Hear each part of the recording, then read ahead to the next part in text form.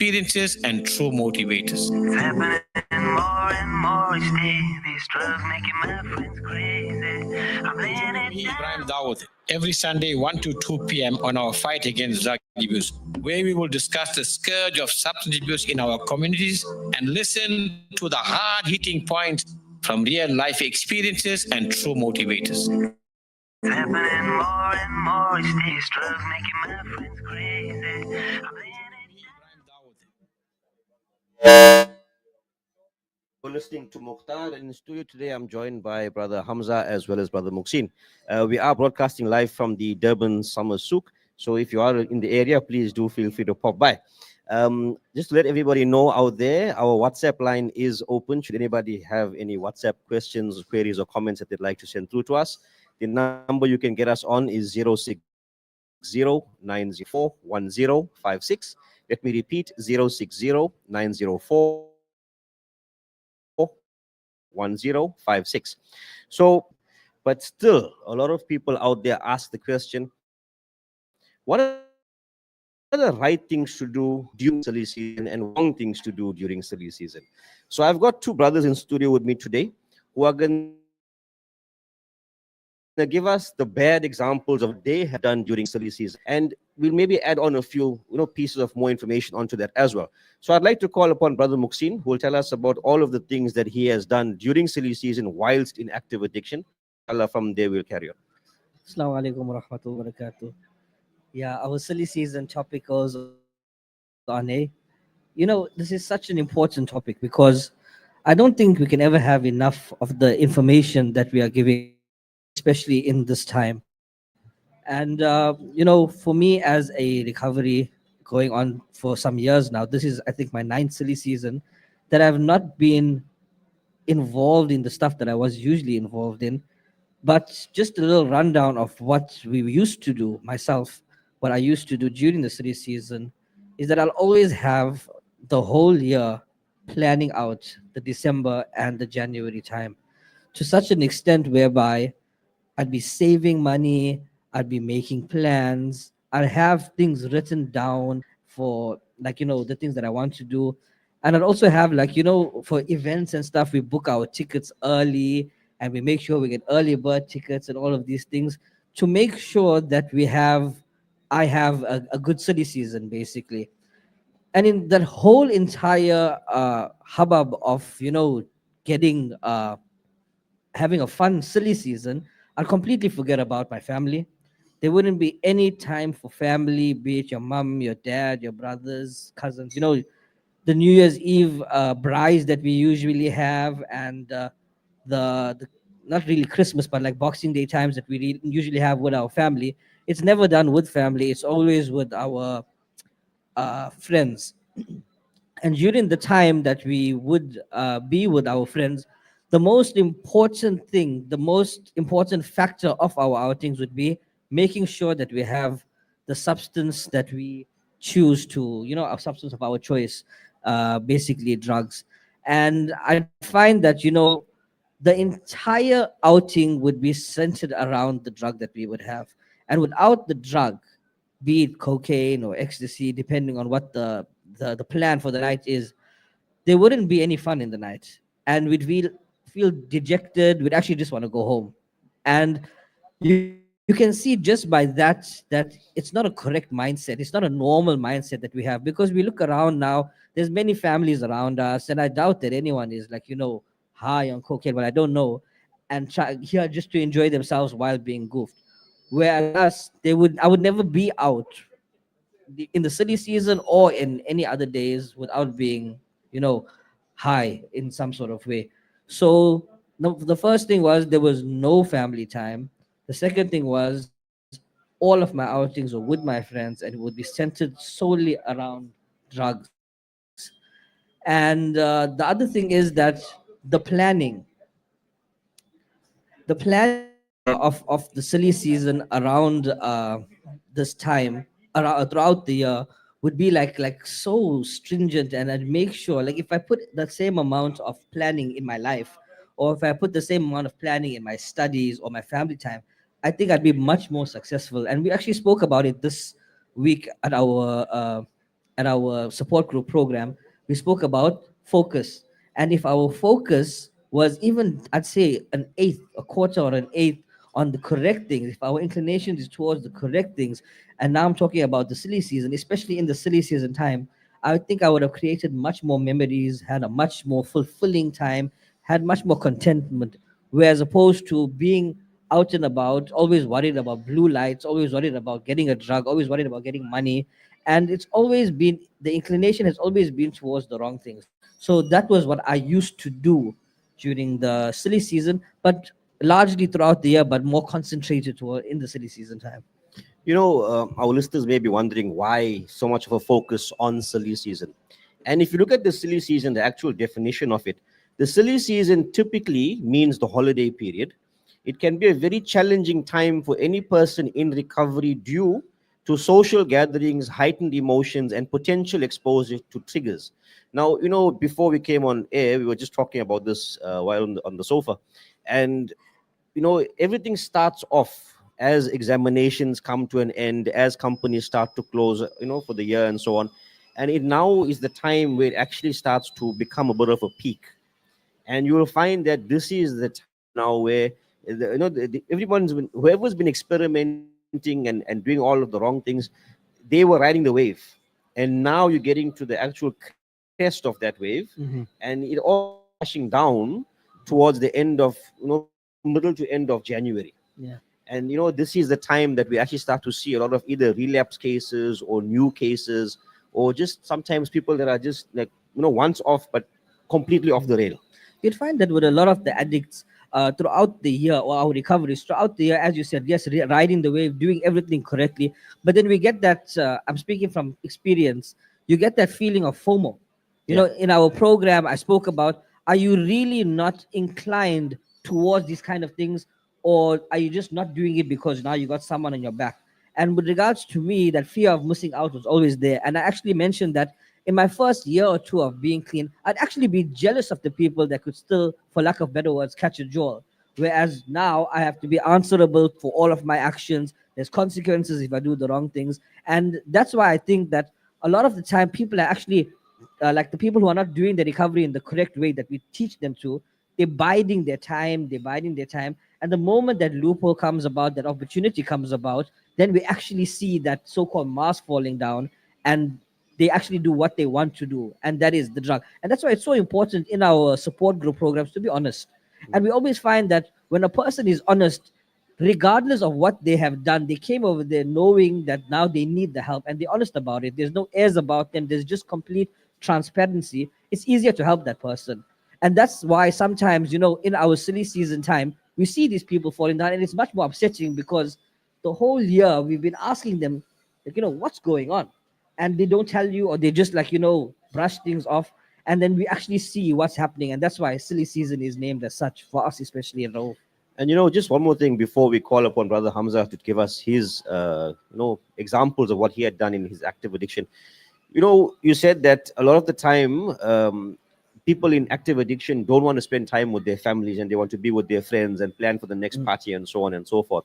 And if you really, really break it down, it's more because the mindset of an addict is one of selfishness. 100%. It's only how can I have the best time? How can I get the best drugs? How can I do this? How can I do that? Whereas when you find a person that's in recovery or a person that's not an addict, you'll find that this person is more centered around the fact that what can I do to spend some more time with my family? How can I make my family's holiday a bit better than the normal part of the year? And that's how a normal person is supposed to behave. And inshallah, at this second part of the program, we'll go on to the things that we are supposed to be doing during the silly season. But for now, I'd like to call upon Brother Hamza, who will give us a bit of what he used to do whilst in active addiction and the things that we shouldn't do. Assalamu alaikum. Much like Brother Muksin has said, um, when it comes to the silly season and how I would spend it in the past prior to recovery, the thing with this time of the year is there's so much pressure, and there's so much self-imposed pressure for this time of the year to be spent in the best possible way ever. And when I say best possible way, I'm talking about what our idea of fun was at that time. Much like Brother Muksin said, the entire of the year is spent almost biding your time, waiting to go all out for this December period. And I think part of the reason is through introspecting about this time of the year is that you almost feel like there's a sense of lawlessness, like the laws for the at least for the December period don't exist. Your principles and your morals, even for a person who's not an addict, this time of the year, it's pushed aside. Yeah. You can live recklessly. It's only for 1 month. That's what you tell yourself, and that's the vibe that you get. And that vibe, like we were discussing in the weeks before, it's just getting more and more profound. That there's a feeling of there's no responsibility, there's no it's all about me, it's all about this hedonistic approach to spending this time of the year. It's all about self pleasure, like you said, it's selfishness. So in the past it was all about having, like I said, the best possible time. And of course, my inclination at the time was parties. It was going to this one's house and that one's house. Like I keep saying every week, it's you want to be seen, and you want to go to the best of places, and you want to be seen at the best of places. And all sorts of experimentation happen in this time of the year. Drugs that I previously, or substances that I previously never consumed, I tried it for the first time during this period. And unfortunately, whatever I experimented with carried over for the next year. Yeah. So when people talk about New Year's resolutions, they want to get fit, they want to lose weight, they want to kick certain habits. Unfortunately, for an addict or an upcoming addict, this is the time of the year where you build upon more and more bad habits. So your New Year's resolution, whether you knew it or not, was to become addicted to more and more substances. So it's funny, and it's quite shameful and sad at the same time, the lives we lived, and essentially the time we've wasted in living the lives we lived. You used a very nice word, hedonistic. And if I think about, the times that I spent in addiction, and I was actually sitting and thinking about this, and I was thinking about what I would have been thinking about in that time. And there was no thoughts in my mind. It was just basically physical action, self pleasure, just searching for the best possible chemical feeling that I could get.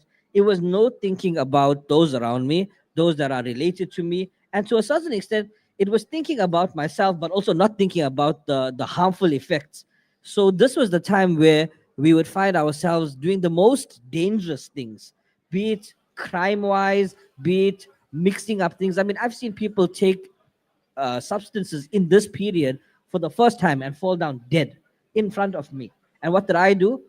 Walked around and carried on, because I had absolutely no care, no feeling for anyone but me, and to a certain extent, no regard for my health at all. So this is another thing that we also have to not do. And when you see, when we have that hedonistic approach, and when we have this, I work, this mentality where I work so hard for 11 months, and in the 12th month is going to be my holiday, we find that, we run out of money very quickly. And this is when we also find that crime starts spiking. Not only when we start stealing from people, or scamming and all of those things, but it's also a time where you start finding yourself driving under the influence much more, or you find yourself with the opposite gender getting involved in those kind of things much more. And it's all, in my experience, it's all centered around that hedonistic approach and that mindset that we had in order to get that drug. And furthermore, when we were on that drug, how chaotic it was. And that's basically, if you look up the definition of the silly season, it's a season of chaos. That's what it is. So those were the examples of two brothers that have lived a life of addiction during the silly season, and a few examples as to what they had done during that time. A few maybe tips for those people listening out there that maybe want to write this down or just paying attention. Something else that you should not do during silly season is don't assume that you will be fine without preparation. They say triggers can sneak up very, very unexpectedly. And sometimes, I think it was Brother Hamza that made this statement a few weeks back. He said sometimes when you're walking, your trigger could actually be any one of your senses. You don't have to actually be in the company of a person that's doing something in order for you to actually do something. You could be walking down the road and get the smell of something that somebody is smoking, and that could trigger you. You could be walking down the road and you could see somebody selling something which could trigger you, or you could feel something which could trigger you, or you could hear something which could trigger you. And these are the things that we need to be very, very careful about, because who knows when their next trigger is going to trigger them. Speaking about triggers, Brother Mukhtar, as much as it's so dangerous for a recovery, a person in recovery trying to abstain and stay the rest of their life away from drugs, what we're seeing more of now is that the fact that for people who have never used drugs, these triggers, as much as they are dangerous for recovery, they can trigger interest in people who have never used drugs, especially amongst the youth. So, for the same thought process that happens for recovery when you may smell a drug, where it may trigger temptation. For a person who's never used but is curious, it may trigger an interest. They may find themselves, taking a short left and trying to pursue where that smell's coming from, trying to fit into this circle, introduce themselves. So, as much as we are giving awareness to recoveries, it is also the first time users that we are trying to get the message across. Triggers are equally as dangerous for them as they are for us. And we find a lot of that in these pen down parties. Kids, basically kids, grade 11, grade 12, who are now, finished with their exams, and they decide, all right, now, like a bird out of a cage, let out free. And this is when you start piquing their interest. And the sad thing is that these little interests or these little experimentations can lead to a lifetime of disaster. And those plans of going to study engineering, law, medicine, whatever it is, for the next year become secondary. And it's funny, and not funny, it's actually sad how quickly your education, your family time, your personal health can take a second step to the drugs that you now are curious about or have begun experimenting. Because in our program we also know that, like, from experimentation it becomes a social thing, then a regular thing, then a full-blown addiction. It's all a process, and it's scary as to how quick that process can happen within the space of 2 weeks, not even 2 weeks maybe. Because addiction on substances like crack cocaine, after one time you're addicted. You know what I mean? Children are born addicted to it. So it's such a scary thing because it can happen so quickly. And the most important thing for the parents is that we must never think that it will never happen to our child, because we don't know where our children are and if they are telling us the truth as to where they are. That's why in our do's, so-called do's section after the break, we'll actually cover some of those things that we as parents and as recoveries should be doing. And I'm glad you brought up the thing about people that haven't used before, seeing triggers that may ask or force them or entice them into the world of experimentation. Because I was just thinking about this now, right? As you're speaking, if you walk into a convenience store, as an example, and if you want to drink an energy drink, as an example, right, you would find that next door to all of your energy drinks, your popular brands, you'll find a CBD based energy drink there. Yes. I made this statement in our program not too long ago as well. I was once at a fair, won't mention any names. I was visiting a stall, not mentioning any names as well. But whilst I was there, if I hadn't checked properly what was on the table, I would have probably purchased something that had CBD in it. And this would now have become a problem because it's so openly available to everybody else. And if you look at the world that we're living in today, as Brother Hamza had mentioned, it's hedonistic. It's actually come to a point where normal people have to now behave abnormal to actually be normal. And the normal people that think that they are normal are actually abnormal, because everything that they're doing that is normal is not supposed to be done. So if you look at a person that's in recovery, they are the examples of the people that we are supposed to be following. I was thinking about this thing last week before we stopped for the ad break.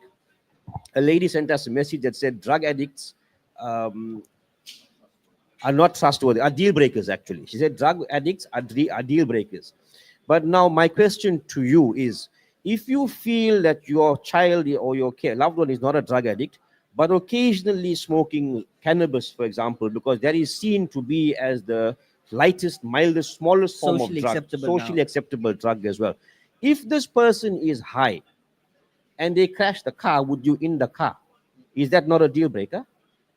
If you are allowing a child or a parent to smoke cannabis for whatever reason it may be, do you as the parent or the caregiver have now the right to stop that child from doing what you are actually doing?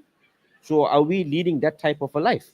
And if you look at this from a point of drug addicts are deal breakers, how do you know that your doctor is not high while doing an operation on you? Because I can tell you from a matter of fact that we have had pediatricians in the center. We've had doctors in the center. We've had lawyers in the center. We had a surgeon. We've had surgeons in the center. And as it's the drug funny addicts. thing. Most of those people, and I don't mean to be condescending, were getting high on their own supply. That's a scary thing. And the reason we say this is because there's a lot of stigma attached to those people that are looking for recovery. But there's no stigma attached to those people that are actively using, which I think is where we as a community need to actually buck up and say, listen, you're a drug addict. I'm now going to stand with you for as long as you're looking for recovery and not throw you away the minute you walk into a rehab. We're going to stop for a quick ad break. When we get back, inshallah, we will continue with what you should be doing during the silly season.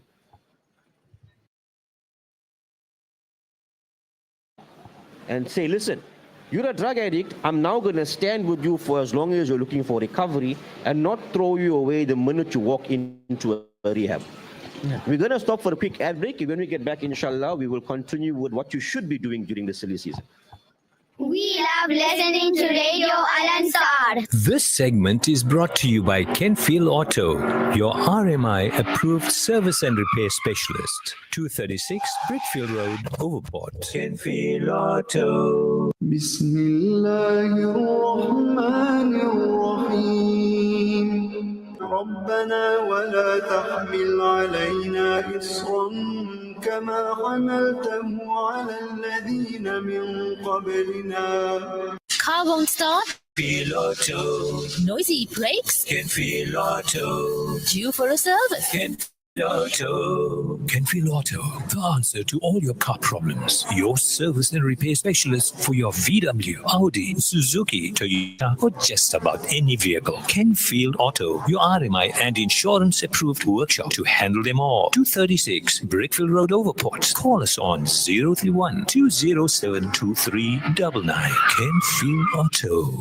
Welcome to Simplex Radio. Visit our showroom for the full range of car audio. Our TV department carries top brands with quality LED panels, full HD to Ultra HD, and now the experience of Super Ultra HD. Visit our theater rooms and transform your home with brands like Onkyo, Integra, Denon, Boston Acoustics, Yamaha, and more for quality audio visual experience. Now available, full range of home appliances. A one-stop shopping experience. Call 031 306 4029 or Kenilworth Park, 202 Brickfield Road, Overport. Simplex Radio, the name you can trust. In South Africa, countless numbers of sick patients leave their homes at the crack of dawn to join long queues at clinics and public hospitals, many of them suffering pangs of hunger in addition to the symptoms of disease. The Al-Imdad Foundation's Slice for Life teams deliver sandwiches to these patients at more than 40 hospitals and clinics across the country. Help us to keep on relieving hunger. Donate online at alimdad.com or call 0861 786 243 for more information. Is your car in need of repairs or some TLC? At Sham Panel Beaters, we take pride in providing top-notch service for over 40 years. Conveniently located at 140 Felix Lamini Road, Overport, Durban, we specialize in repairs for both insurance claims and cash jobs. Enjoy a free diagnostic test, polish, mini valet with every guaranteed repair. We treat your pride and joy as our own and are approved by all major insurance companies and brokers. Sham Panel Beaters is also an AA and RMI accredited repairer. Trust us with your vehicle today. Your station, my station, our station, Radio Al Ansar. Mini valet with every guaranteed repair. We treat your pride and joy as our own and are approved by all major insurance companies and brokers. Sham Panel Beaters is also an AA and RMI accredited repairer. Trust us with your vehicle today. Your station, my station, our station, Radio Al Ansar. Mini valet with every guaranteed repair. We treat your pride and joy as our own and are approved by all major insurance companies and brokers. Sham Panel Beaters is also an AA and RMI accredited repairer. Trust us with your vehicle today. Your station, my station, our station, Radio Al Ansar. Assalamu alaikum wa rahmatullahi wa barakatuh. Welcome back to the R.A.U.F show. You're listening to Mukhtar, and in studio today I'm joined by Brother Hamza as well as Brother Muhsin. We are broadcasting live from the Durban Summer Souk, so if you are in the area, please stop by. Our WhatsApp line is open. Should anybody have any questions, queries, or comments, you can feel free to contact us via WhatsApp. The number is 060-904-1056. Let me repeat, 060-904-1056. So our topic today is based on the do's and don'ts during silly season in the life of a recovering addict or a person that's now looking to experiment with drugs a bit, right? And in the first half of the show, we had examples of our two brothers that had lived the life of addiction through a silly season, and they gave us a few examples of what they had actually done during silly season. And also, we made a mention of the fact that don't go to a place where you could get a trigger. So don't go into a place without having a plan. You need to have a plan in place when you go somewhere. And this is something that we're going to discuss now in the next part of our show. So I'd like to maybe call upon Brother Hamza to tell us all of a few of the examples of things that he now has implemented in his life, now that he's found recovery, and now that this is not his first silly season as well. Brother Hamza? Assalamu alaikum. Look, firstly, I'll say it starts from the very beginning. It starts with your intention, and I'll explain why I say that. If your intent when you stepped upon this journey, and yes, for some people, like myself included, in the beginning, I was resistant to this program. I was resistant to change in general. But after being coming in the program and understanding and introspecting about my life and really seeing the damage that I've done to myself and my family, there comes a sincerity towards the path that you are now walking on. And with that sincerity, you start to value your recovery. When you value your recovery, you are going to put measures in place to ensure that you preserve your recovery. And yes, no one's perfect. You may falter here and there, but you always have to bring yourself back, or you have your support structure to observe you falling short and bring you back in line. So the reason why I say that is because if you are planning, and Brother Mukhtar is asking the question, what precautions do you take when going somewhere, especially when it might be questionable? If you are going somewhere that's questionable as a recovery, if you value your recovery, you are going to do some research on where you're going. And when I say that, I don't mean very intense. All you got to know is where you're going, what area is it, who is going to be there, understand the situation that you're going to find yourself in. And as far as possible, try to limit the amount of surprises that you're going to encounter. You don't want surprises in the forms of temptations for a recovery, because you don't want that in your life. Whether you feel you're strong enough to handle that, we avoid them rather than facing them head on. Why face a situation when you can avoid it in that sense? I don't mean it in general.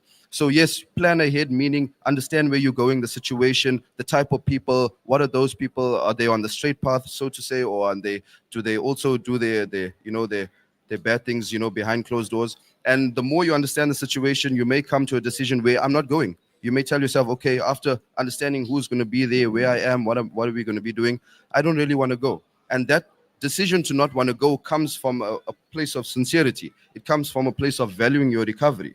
On the other hand, you may do your research, you may find out what's happening there, who's going to be there, and you may say, okay, it's fine. I can go. I just need to make sure A, B, and C is in place. And that way, you are one up, so to say. You are one up for the situation. There's no surprises. There's no hidden mysteries involved that can, we're speaking about triggers before the ad break. That you're limiting the amount of triggers because you understand the environment, the situation. That's what it's all about. Situational awareness and awareness of yourself, self-awareness. Just listening to what you're saying, if I could just maybe add on there as well. Sometimes when we go to these functions or these events or, gatherings, whatever it may be, it's also nice to not go alone. Yeah. Go with a person that understands your situation. Go with the person that is there that's going to assist you in the event of something triggering you, and a person that's actually going to have you or have your back to actually get you out in the event of that situation becoming messy. I'd like to call upon Brother Muhsin to give us a bit of his examples, inshallah. Just on what you guys were speaking about, especially when it comes to certain destinations or events, be it family or be it a work gathering or whatever it is, you also shouldn't be afraid to say no, that you can't make it, because obviously you have to take your well-being and your family's well-being into consideration first. That is the priority. So if you can't make it for a certain thing, then you just have to be straight up and say, you know what, I don't think I can make it, and maybe I'll catch you another time. So we should also not feel bad about preserving ourselves and our recovery, because by doing that, we're actually preserving our family life, we're preserving our health, we're preserving our mental state. So sometimes saying no to certain things, while socially it might be a bit of a no-no, but in the interest of preservation and family preservation, I think it's acceptable. But that's more of the where. Now the who is also a very important thing. In our program, we learned that the most important people to us is actually our family, because at those programs on those Fridays, we don't find any of our friends that we in the past used to be with. We would always be supported by our family. So now, in recovery, it's up to us basically to make that choice that what, friends, they come and go like the wind. Whether times are good, then you'll find that you have a lot of friends. Times are bad, not always, they're not always going to be present, but your family is always there for you. And look, I'm talking very generally, and I'm also talking from a point of experience, in my point of view, my life, whereby I would now much rather spend the time with my family. I would much rather go out to the beach or to a mall with my wife, my child, my mother, my brothers. So it's not so much of a friends thing. And you find that whenever you chase your friends, there's always going to be some sort of disappointment, or they can't basically do what you want to do, or they will be with other people. Whereas family, if you plan things correctly, you'll find that you'll have a much more fulfilling time. You'll create memories. I joke about it all the time, saying that when I was in addiction, I'd always say the best memories are those that you can't remember.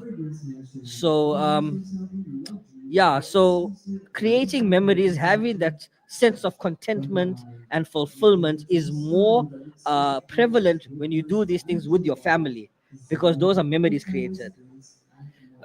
Just before Brother Hamza says what he has to say, for anyone that does hear any background noise, we do apologize. We are broadcasting live from the Durban Summer Souk, so there are announcements that are being given as well whilst we are on air. Brother Hamza? So just on the point of what Brother Muhsin was saying. Assalamu alaikum, ma, for that. Just on, like I was saying, just on the point of what Brother Muhsin was saying, it's a very much what he was saying reminds me of one of our topics, which is your inclination, changing your inclination. So from valuing those around us to be our friends and playmates, we have to switch our inclination to now value those around us as our family and loved ones. That's what it is. So our inclination from a social aspect also needs to change. Who do we value around us? Because previously we valued the people who just further enabled our wrongdoing, and we further enabled them, and it was a completely toxic and destructive relationship that we all shared. But now, with our inclinations changed, the people we surround ourselves with aid in our progression, aid in constructive, healthy fun. That's what it's all about. So it's about switching from the negative inclinations to the positive. And that includes what Brother Muxin was mentioning, which is the social aspect of our lives. And also in our program, one of our foundation, one of our roots is loving the things you hate and hating the things you love. And you'll find that that goes hand in hand with your inclination. It's very easy basically for you to love the wrong things, and that's the kind of life that we are coming from. We love our friends, we love drugs, we love music, we love these crowded party places, but we'll never ever appreciate your family. You'll never appreciate a peaceful afternoon on the beach. You would never appreciate, just serenity and calmness. It's always like, you always want to be in a rush. So in our program, we find that, working on our inclination, working on our mindset, and starting to love the things that we used to hate and hating the things that we used to love is something that's very, very important for the foundation of a person that's now trying to change from an addict to a recovery, and then as time goes on to a fully functioning normal human being in society again, but with the correct mindset. If I can just say something, what you're saying, Brother Muxin, you're reminding me of something that happened recently. So I was in Joburg a few weeks ago, and I've realized now, especially with this last visit, so when I go and see my nephews and nieces, from being a person that obviously they were much younger when I was in addiction, but from being a person that had very little interest in the small ones in the family, very little interest in playing with them and showing them love and attention, to now when I arrive at their house, they know we're going outside. Hair mama, they call me hair mama. Hair mama is going to do something fun. We're going to jump on the trampoline. We're going to play hide and seek. That is what I've become known for in their eyes, and that's a complete change from what I would be seen as by them had I not entered this path of As recovery. opposed to in the past where you either would be not even there, or like, whenever, like, this uncle is going to be there, there's going to be some sort of drama. Now that's where the contentment and the fulfillment and those memories start coming in, because clean fun is so much more fun. Because again, and I'll go back to what I said earlier, you can actually remember them. Yesterday we were sitting, my wife and I, and we had just taken our kid out, our baby out into the pool, and we obviously videoed that time. And she told me something. She said, "This is a core memory." So I asked her, "What is a core memory?" She said, "Something that you look back on years later, and you feel so emotional about it because it actually means something." Now I can ask you, Hamza, how many of the memories, so-called memories from the past in addiction, can you actually say mean something to you now? Absolutely. From a point of even remembering them, that the answer is very little. And then to answer your question, to the ones that mean something, even less. In fact, if there's any at all, that I certainly can't remember them. For me, it's all the bad ones in the back of the police truck or van, or stranded without any money. It's all the terrible ones. Whereas now, shukr alhamdulillah, 9 years later, R.A.U.F and first of all, our creator, R.A.U.F, our parents, those that supported us, have cultivated goodness for us, and then allowed us to now cultivate that for ourselves. So at first, they held our hands, they never throw us away. And now, shukr alhamdulillah, after the years go, we can become assets to society instead of delinquents and menaces. I'm just listening to you guys giving us your examples and your life.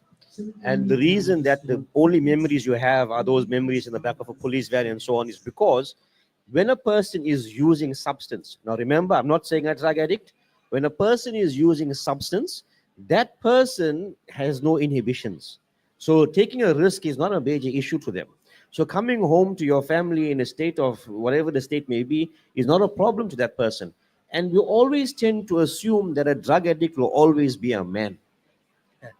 But we don't realize that drug addicts are also female, and drug addicts are also young children, and drug addicts are also old people. So we need to keep that in the back of our mind when we assume or we put a tag onto a person who we think is a drug addict. But with that being said, just be coming to the end of the show as now, a few tips as to what you can do for our listeners out there during the silly season is one, as Brother Hamza mentioned, plan ahead. Know where you're going, know who you're going with, know what you're going to be doing, know what the situation is going to be. Now, I'm speaking to the person that's actually going. But what about those people that are allowing their children to go? Do you know who they're with? Do you know what they're doing? Do you know why they're going there? Do you know what they're spending their money on? Because if you don't, then you should know, right? Another one is setting boundaries. So being able to politely decline an invitation that you know is going to put you into a situation is not a bad thing. It actually shows that you may have good willpower. Another tip is staying connected. Over the last couple of weeks at our support group program, we've noticed that the numbers have dropped quite a bit. Yeah, drastically. And we'll find that sometimes people assume or people have this impression that during the festive season, you can go on holiday from recovery as well. And they place themselves into a scenario where they could potentially be at risk of a relapse because they may not necessarily know how to handle the situation in the event of a trigger event. So these people need to stay connected to, or any person that wants recovery needs to stay connected to their support group program. Brother Hamza? I like that you mentioned that, Brother Muxin. There's a very simple analogy that we use in the program. If you look at recovery in the form of like a battery, you never want your battery percentage to drop till below 30%, let's say. And that goes for in real life as well. You don't want your phone battery to be too low, because if you are in a situation where there's no charger, you need to have enough battery to run you till you get to the next charger. The same thing with our weekly program. You never want your battery to go below 30%. And as long as you come every Friday or once a week, wherever in South Africa you are for your program, it is recharging your battery to full capacity. So what happens if you find yourself in an emergency situation, a justified situation where you can't attend the program, you at least have 30% of battery to last you till the next time you attend a support group. But when you go on a holiday and you don't make plans, like we said, planning ahead for a recovery includes scheduling. Okay, where I'm going to be close to a support group program. Just go in 1.5, 2 hours, boost your battery. As you're saying. And sometimes people might find or might be frustrated or think that this is like an inconvenience. I'd like you to go back, especially for those people who have a problem or who are in recovery. Go back and really think about it. How can this be an inconvenience? Because what life would you have had if you were not in recovery in the first place? You'd either be dead, you'd be in a mental institute, or you'll be in jail. So that's why we thank our creator, we thank our organization and those that looked after us in that initial period for saving us from those kind of things, and why we take it so much more seriously. Like for me, a lot of times it's non-negotiable, whether it's in your holiday time, whether it's in a busy period. Sometimes yes, work, but you'll always have that kind of connectivity with the people that know more than you, and you have to be humble enough and you have to have your priorities in check to a certain extent to say, well, okay, right now I need a recharge, as you just said. So it's very, very important for those that are in recovery and those that need to learn about their potential drug addicts to be at any program for that matter. I'm glad you mentioned that, because that's one of the things that we should be doing as recovering addicts or any person that's looking for recovery from any substance. Gratitude, gratefulness, because we don't understand. I mean, you mentioned this not too long ago, Brother Muhsin, where when we were in active addiction, we had all the friends in the world. I mean, if you look at any social gathering, you will find a group of males or a group of females all standing together because they are the best of friends. Nowadays the youth say, you might ride or die. Not realizing that you're only riding.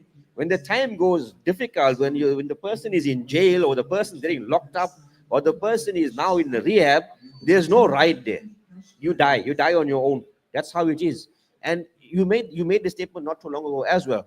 You said that in recovery there's nobody there with you but the people that you thought were your enemies. 100%. Now, every person who's in active addiction today cannot tell me that at one point in their active addiction, they didn't find that their parent was an inconvenience to them or their caregiver was an inconvenience to them, purely because that caregiver or that loved one wanted that person to stop their habits, right? And when that person now finds recovery and that person is now understanding what they've done, they'll see that all those friends that they thought they had are nowhere to be seen.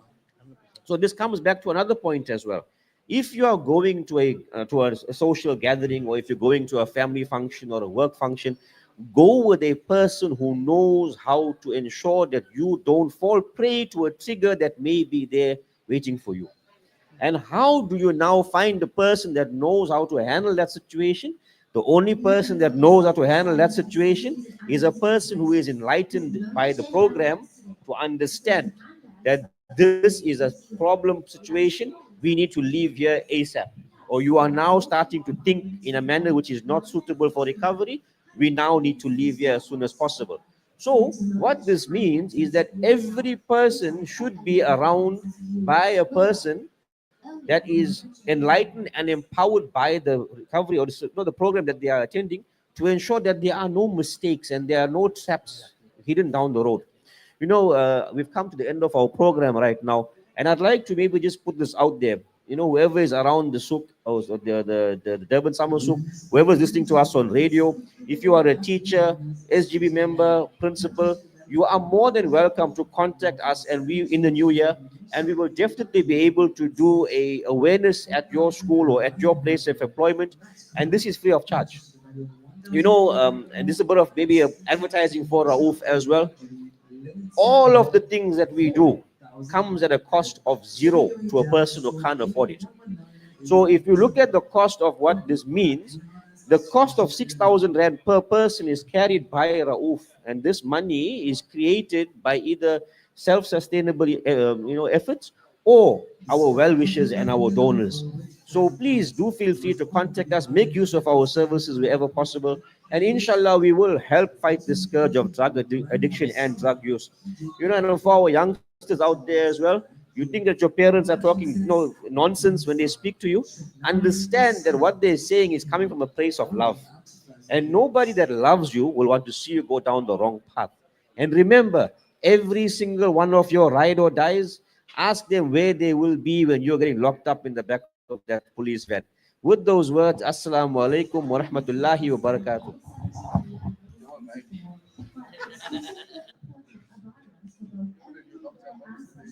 Happening more and more each day. These drugs making my friends crazy. I'm laying it down, don't bring it around, cause I ain't nothing but drug free.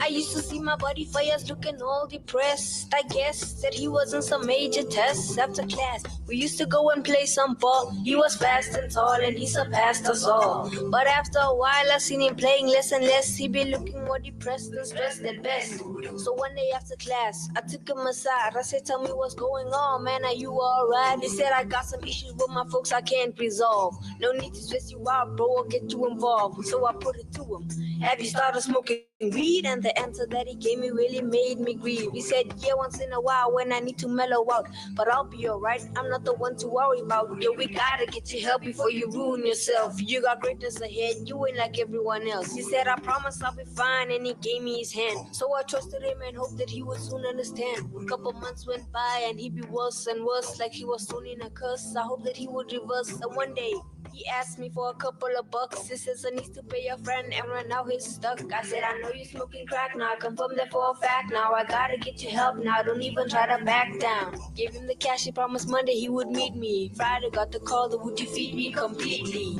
4 years I died of drug overdose. That was the saddest day ever, ain't nothing comes close. Man, I hate those drugs, hate them with all my soul. Chokes the young and the old, till the bodies is cold. So I don't care if you a player or wanna be thug, don't ever come close to drugs. Happening more and more each day. These drugs making my friends crazy. I'm laying it down, don't bring it around, cause I ain't nothing but drug free.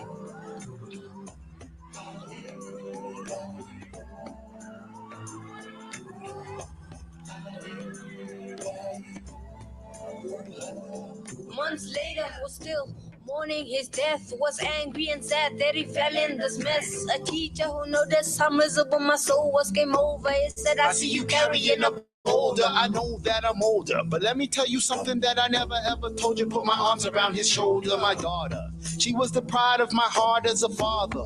We were never far apart, was a popular girl, always on top of the world. Never scared to try something new and give it a whirl, but she had low self-esteem, if you know what I mean. And it only takes a moment, yo, to devastate a dream. She started hanging out with this girl from school. Her grades went down and she started breaking rules, and it festered. We didn't want to face it till one day she came home totally wasted. Then a friend told us she was close to being arrested. We put our foot down and we forced to get her tested. She tested positive for drugs, but there was something else. The doctor asked to do more tests to check up on her health. And then came the news that will totally defeat me. Her use of all the needles, she had gotten HIV. I was livid. The moment and that feeling, I would always live with it. Man, it's still vivid. She died 5 years ago, nothing I could help. My Lord has helped me with this pain that I felt. With tears in my eyes, yo, I gave him a hug. May God give you strength to keep away from drugs. Keep away from drugs. To keep away from drugs. More and more each day. These drugs making my friends crazy. I'm laying it down, don't bring it around, cause I ain't nothing but drug free. It's happening more and more each day.